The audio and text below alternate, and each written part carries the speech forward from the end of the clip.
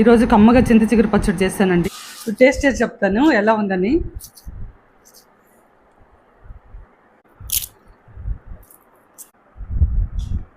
చాలా బాగుందండి టేస్టీగా.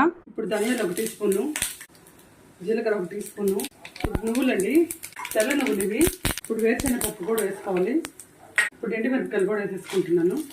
బాగా చిటిపట్లు ఆడేటట్టు వేయించుకోవాలండి. మంచి కలర్ వచ్చేసి ఇవన్నీ స్టవ్ ఆఫ్ చేసేసి ఒక ప్లేట్లో తీసుకుందాము. ఇప్పుడు ఫ్లేవర్ కోసం కొంచెం కరివేపాకు కూడా వేసుకుంటున్నాను ఇందులో. ఇప్పుడు కల్లుప్పు కూడా వేసుకుంటున్నానండి కొంచెం ఇందులో. ఇలా ఉప్పు వేసి పెడితే తొందరగా మగ్గిపోద్ది, కొంచెం జ్యూసీగా ఉంటుంది.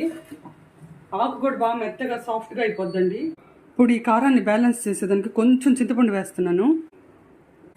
ఈ కరివేపాకు చింత చిగురు కొంచెం మగ్గిన తర్వాత స్టవ్ ఆఫ్ చేసేసుకుందాము. మిక్సీకి వేసేసుకుందాము. చింత చిగురు టమాటా కూడా వేసేసుకుందాము. ఇప్పుడు ఆవాలు, మినపప్పు, శనగపప్పు వేస్తానండి. 2 వైపులు 2 గిన్నెలు వేసుకుంటున్నాము. ఇప్పుడు వెల్లుల్లిపాయలు, ఇప్పుడు కరివేపాకు, ఇప్పుడు మిక్సీకి వేసిన పేస్ట్ కూడా ఇందులో వేసేసుకుందాము. ఇందులో వేసాం కదా, ఒకసారి బాగా కలుపుకుని వేస్తాము.